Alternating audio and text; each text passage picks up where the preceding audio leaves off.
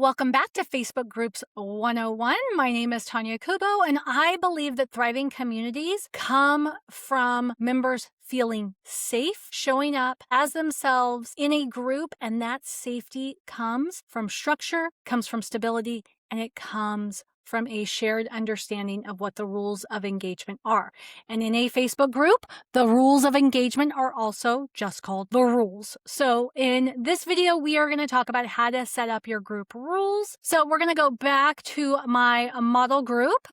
And I will share my screen and take you there in just a momento.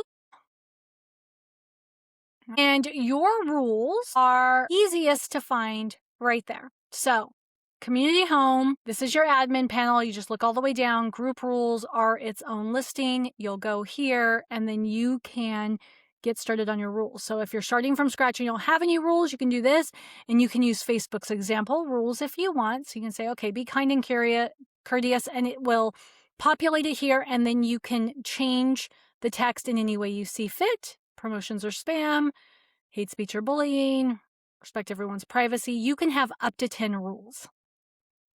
I advocate for not having too many rules to start off with, because people will invariably do things you never thought they would do, and you want to have a little space to make a rule for that if you need to. So if we go here to the group rules, right, you can see what they look like once they're built out, right? So if I wanted to create a new one, here I go. It looks the same as it did before. If I want to change the order of the rules, right? Like sometimes people don't read them all the way through. So maybe you want to put your most important rule first. Just reorder it this way by, it looks like a little chocolate bar there. Click that, and then you can drag. You can, you've got some options here, right? You can edit your rule, you can delete your rule. And again, you can add more rules. I recommend writing your rules out in like a Google Doc, a Word doc, a Notepad, whatever works for you, and then copying and pasting them over. So you always have a separate list of what your rules are. And I do recommend that you revisit your rules at least once a quarter. The main thing that you have to think about is, I'm not a fan of like iron fist rules. Every rule you add technically takes away a freedom of the community. But you have to set up some guardrails. I mean, that's what rules are. So I would say just enough to ensure that you feel good about the community you're building.